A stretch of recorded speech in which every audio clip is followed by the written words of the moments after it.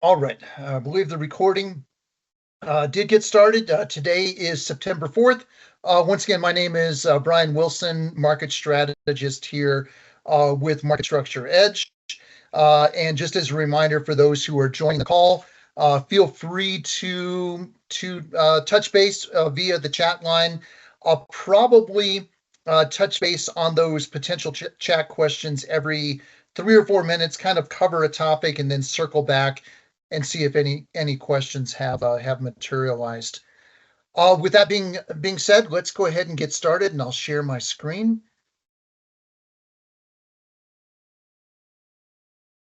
And I wanted to start with the concept of monthly transitions.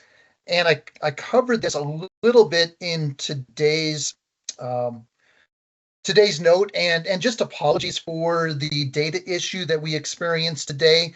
There's a possibility that we might be able to get access to some backup data. We'll keep you updated if that does materialize. Um, Sometimes what's happening on the third party side is outside of our control. It's actually the very first time it's ever happened in terms of not having any access to data whatsoever. So I apologize for any conveniences for you guys today. What I wanted to share with you as we begin is just some monthly transitions. And I mentioned it in the note this morning, 6 different times in the last 13 months where, and you can see it here, where we've had these little pricing divots at the beginning of a month. And I covered I covered it in the note this morning. There's a lot going on at the beginning of the month, a lot going on from a quantitative perspective, a lot going on from an asset allocation perspective as well. And sometimes market participants might not show up for a day or two, or maybe they've reduced their equity allocations. Whatever the reason might be, we're starting to see these little divots with greater regularity. This one back here, that was 6% decline. That was a 4% decline. I didn't get the number here. That was probably 1.5, maybe. This one was our big one. Big one, of course, that was tariff related, but we were down 11%. A month ago, we were down 1.6%, and this latest one down 70 basis points. But once again, hitting it with greater regularity. And I did want to walk you through a couple of things that we can respectively watch as we come up to these month-end transitions. We don't know exactly what will happen during a monthly transition, but we can be aware of what's happening in the background, and we can know whether there is the potential, for some of these sometimes, rather significant declines. And I'll bring up a spreadsheet that I track, and you'll be able to see what I'm talking about. With any data, I've adjusted the data that I collect over time. Sometimes you see that it's helpful. Sometimes that you see that it's not helpful. What I'm going to walk you through right now briefly is just some trends in the broad market and trends in big tech in particular during those particular periods that I just mentioned to you. So end of July, going back a year ago, once again, the market declined that was about 6% decline right there. Notice what was happening across the broad market. From a broad market perspective, we were right around neutral. We were okay there. But look at how weak big tech was. As you know, big tech comprises about 35% market cap for the market. And as big tech goes, well, the broad market tends to align with that. We had some hints here at month end that we might have some difficulty during this transition because big tech was just so weak. Let's fast forward a month to August and September. The next one that we see here, it was actually a very similar scenario. Here's the broad market. Broad market was stretched or overbought, and big tech was starting to show some weakness. Once again, we had weakness in the broad market. In that case, that was declines of about 4%. Let's fast forward to April. This last April, share with you what was happening then. Bear with me for just a moment. We'll get there.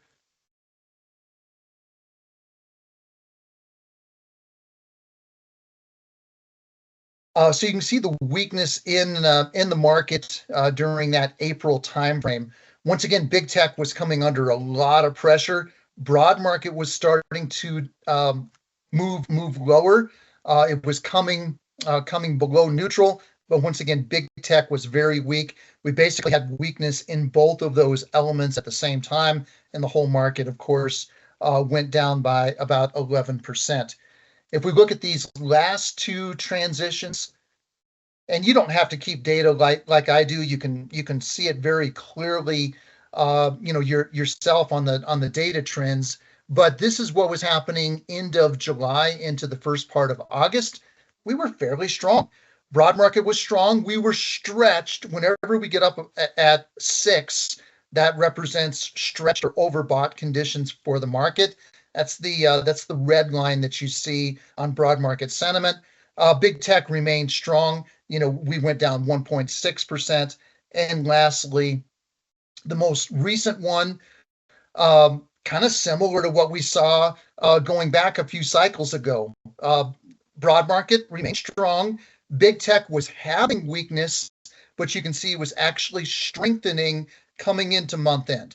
So I think it gives us a pretty good picture if we keep those two together. What's happening in the broad market, what's happening with about 35% of the market. Are they both in alignment? Are they both moving the same direction? Is there something that we need to pay attention to? But once again, we're just tracking these monthly transitions. It's happening with greater regularity. 6 out of the last 13 months, we've had some type of pricing disruption during that time frame. I'll stop my sharing for a moment, see if we've had any questions come in. I don't think we have, which is fine. Feel free to shoot them to me if you do have any questions. I'll turn my sharing back on. And what I wanted to share with you then, we've talked a little bit about these monthly transitions. Not only can you track what's happening on from monthly transitions, but you can also track what's happening from a big picture perspective. And let me show you what this looks like. So if you go to our website, just marketstructureedge.com, go to resources and the expirations calendar. And then you can see what we have coming up. Here's our week right now. You see the blue that's coming up here on Friday. That's the monthly employment situation that's going to be released. You can see that next week is fairly calm. There's no big events. We do have PPI next Wednesday, CPI next Thursday. We don't fill up the calendar with every single item. We just try to track the most important ones. We then go to the next week, and you can see we're in the middle of options expirations. The green is VIX options expirations. This is regular expirations activity right here. And you can see the square here on Wednesday. That is an FOMC policy update. So everyone's looking ahead to what the Fed is going to do. I believe the latest figures I read were over a 90% chance of a rate cut there at that next one. But once again, the 17th. And then one other item, you can see the circle here, that's S&P quarterly rebalances. We try to keep you updated in terms of these items on the daily notes, but just be aware that you can look at these items yourself and you can be aware of what's happening. So, we immediately know, hey, we need to watch out for the employment update tomorrow, fairly calm next week, and then the following week gets busy once again. Quick update for you in terms of what we're seeing from a passive investment perspective. You've heard us talk about passive investment trends, and this is a report from the investor relations side of our business. I'll share with you two different reports. I like to look at them once in a while and share them with you because I think they provide a lot of good information.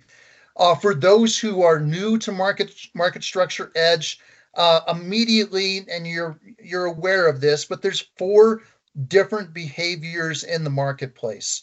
So, active investment perspective, what this 9.4 means is that in the most recent period, which was during this last week, 9.4% of daily trading volume was coming from active money.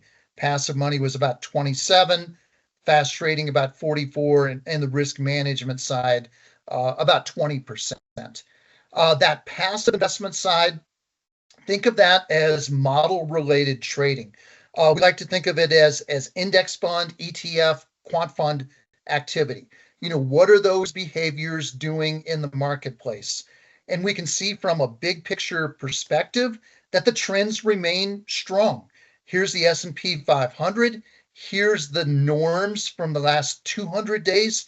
Here's basically where the money's been for the last 50 days. There's been a huge influx of passive money across the market. It has stayed relatively strong. Interesting takeaway, though, look at the Russell 3000, 22.2, basically 22.3 in line. What does that tell us?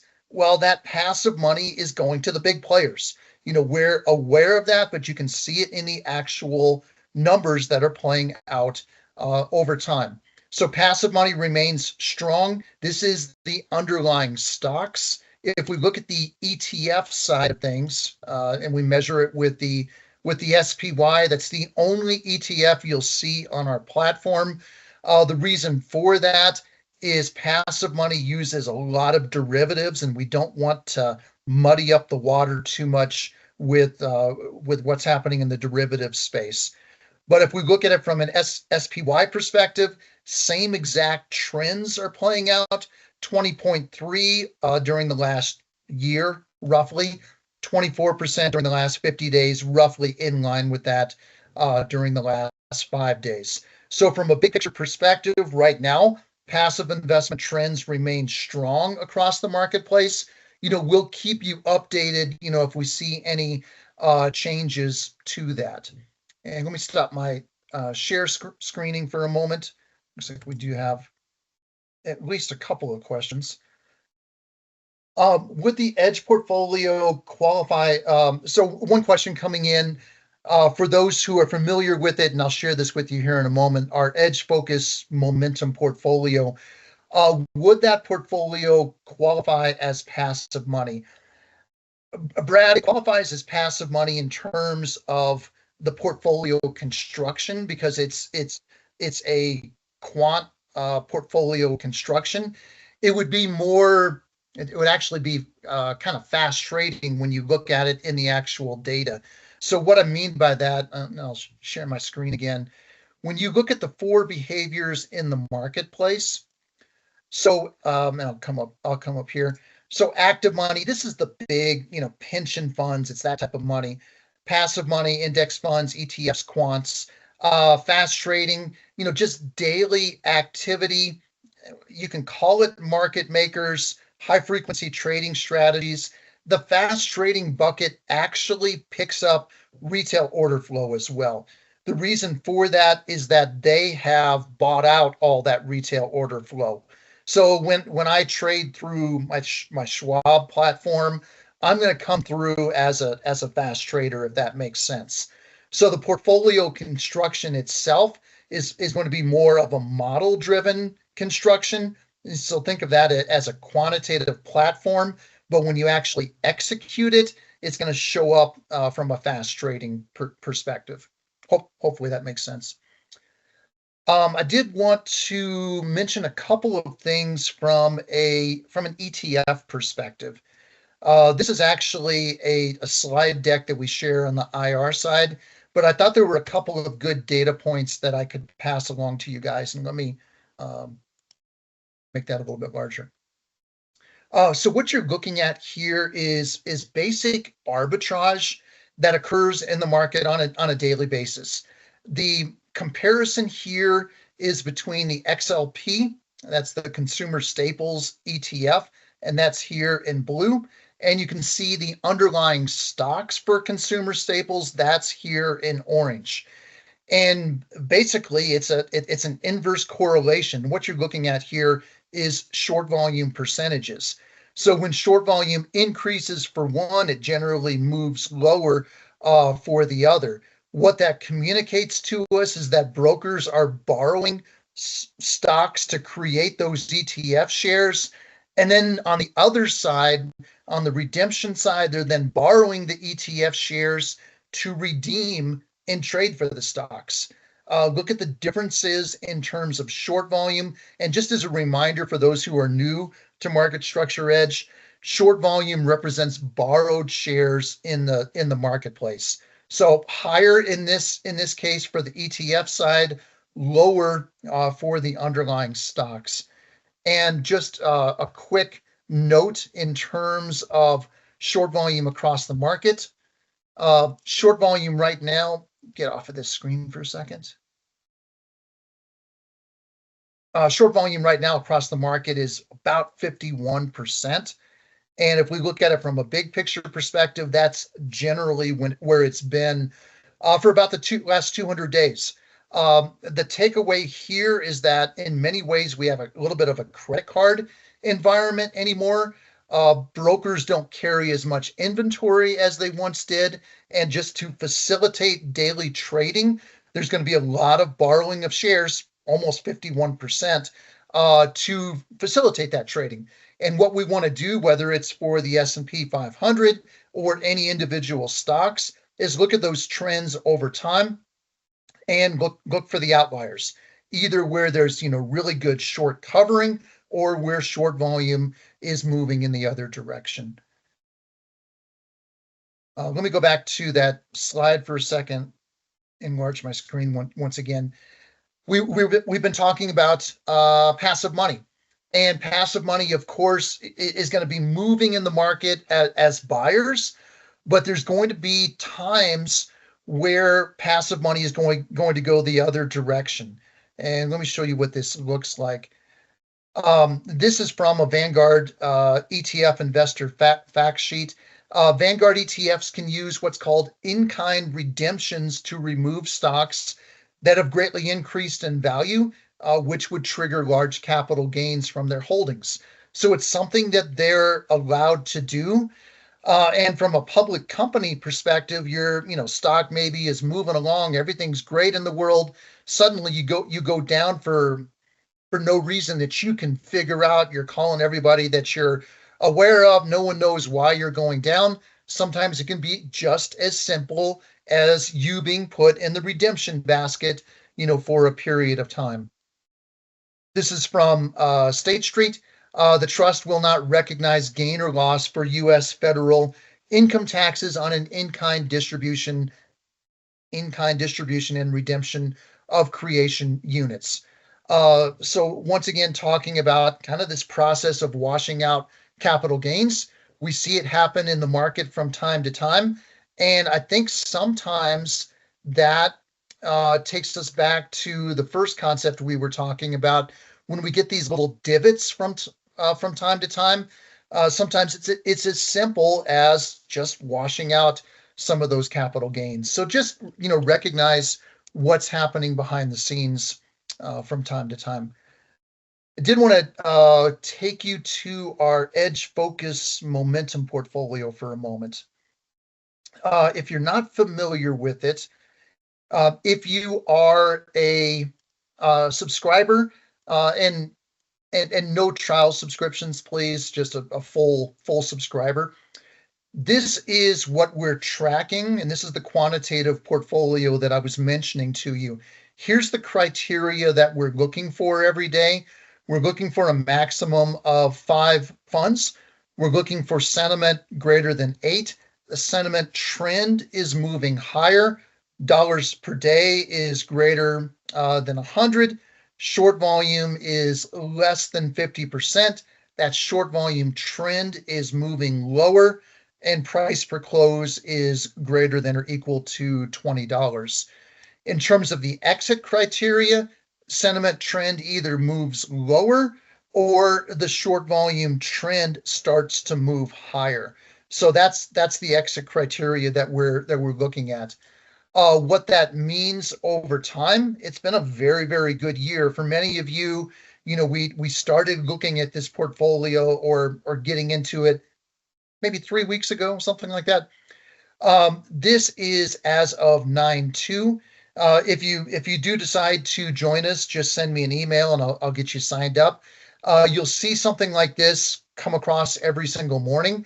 It will tell you the funds to exit for that day, and the funds to enter, and then it will show you what the fund makeup looks like at that particular time.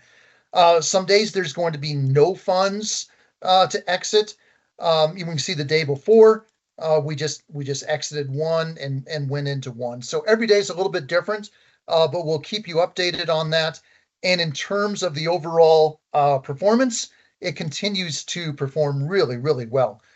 So this is through 9/2. Of course, yesterday was a data hiccup, so we don't have yesterday's data yet. But you can see overall performance is around 30%, versus S&P 500 performance of about 10%. So it has remained a very, very strong performer, and we're very, very pleased with that.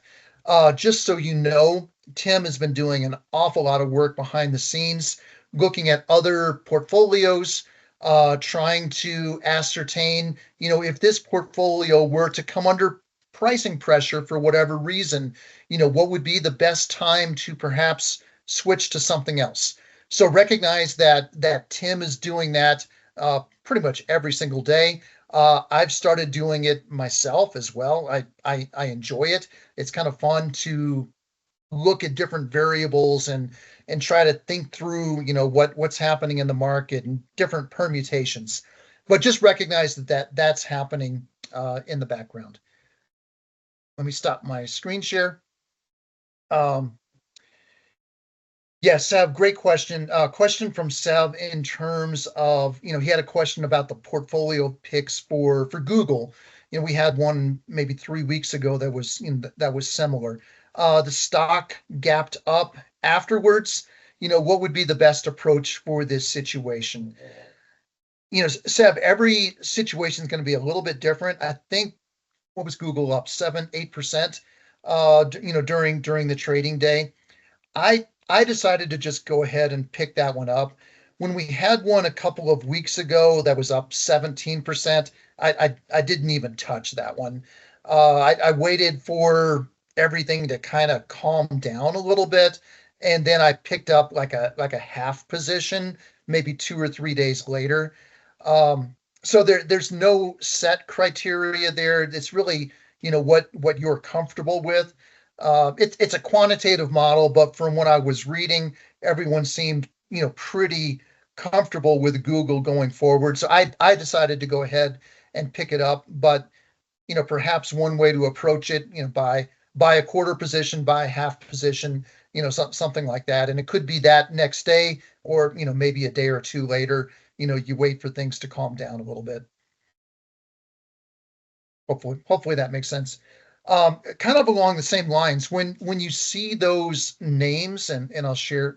Thanks for the question, Seth. When you see those names at the beginning of the day, and we'll move back to it for a moment. So you get these names, names to buy, names to sell, and there's different approaches that you can take.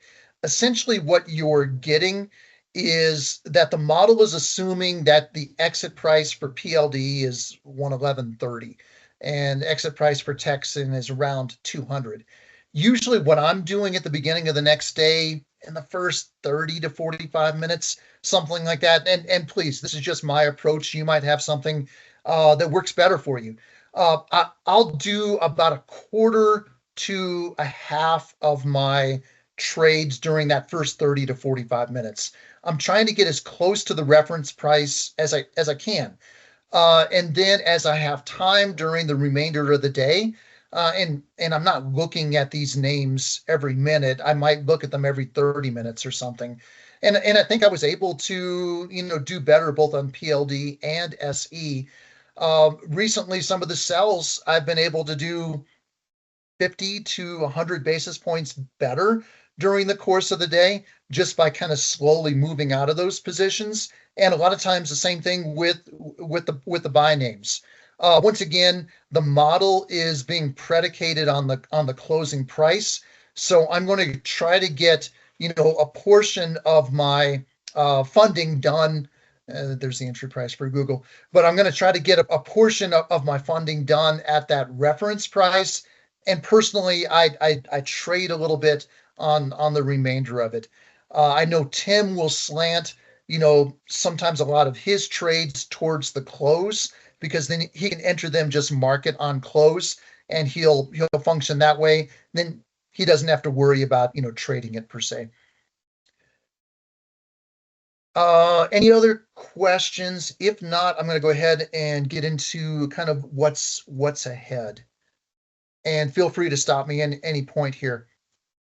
As we look at what's ahead, I'll go back to that concept of alignment for a moment and recognize that this data is, of course, through the second. But here's what I'm looking at when I'm talking about alignment. So what's happening in the broad market? We can see that we've come off stretched conditions. So and that's what the red line represents. It represents overbought or stretched conditions. Historical returns above the red line, going back over the last 5.5 years, 60 basis points. So the market doesn't implode, but neither does the market continue to just go up like gangbusters. And we've seen it happen almost every single time here during the last few cycles. But we're coming off the red line. Sentiment remains strong at 5.8. Short volumes are high relative to where they've been during the last year, but they're also much lower relative to where they were 3 months ago. So to me, we look good. We have healthy demand. We have short volume that's constrained relative to where it has been.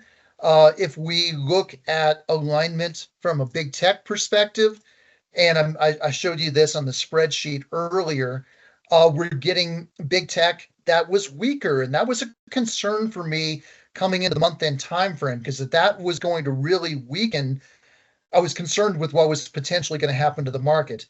Well, you can see that big tech has rallied right during that monthly transition. When I saw that gave me a little bit of reassurance that the broad market probably was not going to implode. As you're aware, we have guarantees of death and taxes. Things happen, right? But when you look at alignment, big tech is above 5, broad market is strong at 5.8. That's pretty good. Another thing that I will track over time, and I have a couple of short portfolios, and I'm not trading short in the market, but what I'm doing is I'm just looking at them over time to see what the numbers are. So I have two different portfolios. Please let me know if you're interested in the criteria for them. I'll share them with you. But over time, my very short portfolio averages 19 names. My short portfolio actually averages 19 names. So it just gives me an idea of what's going on in the market. Our market participants potentially going to be, increasing their shorts. And what this portfolio does is and you can see it here, it catches names that have high sentiment and are just starting to slip.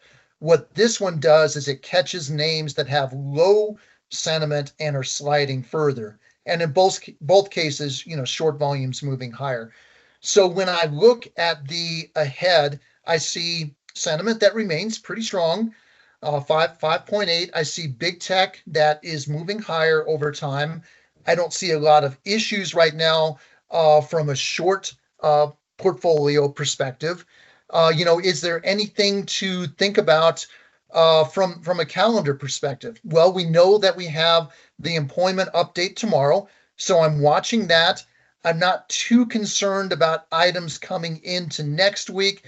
We might get a little bit of noise with the PPI and the CPI reads, but other than that, it should be fairly quiet. Everyone's going to be talking about the FOMC meeting on the 17th. So that's kind of where I'm at when I look ahead. I see a market that still remains strong. We'll have an update for you tomorrow in terms of what we're seeing with sentiment, but sentiment remains strong both for big tech and for the broad market. Other than tomorrow, not a lot to be too concerned about from a broad market perspective. And I'm not seeing a lot of shorting at this particular time. So that is my path ahead. Annette, great question. You had a question about the missing data. How will that affect the trends and profiler, et cetera? Anesh, I'm hoping that we're going to be able to capture that. I don't know if I have an exact answer for you if we're not able to get yesterday's data. If we're not able to get it, as far as I know, it would just be as if the day never happened. So it's not an ideal situation. There might be a workaround there, and we'll keep you updated in terms of what we find out. Looks like Brad is coming through with a question. Wait for Brad's response here. Anyone else have any questions or want to ask anything as we're kind of getting towards the tail end of today's meeting? Brad was just commenting on the overall market comments right now. So, guys, I think that's it for me today. Thank you once again for bearing with us with the data issues today. It's much appreciated. Please feel free to reach out via email at any time if you have any questions. Thanks for your time today. It's greatly appreciated.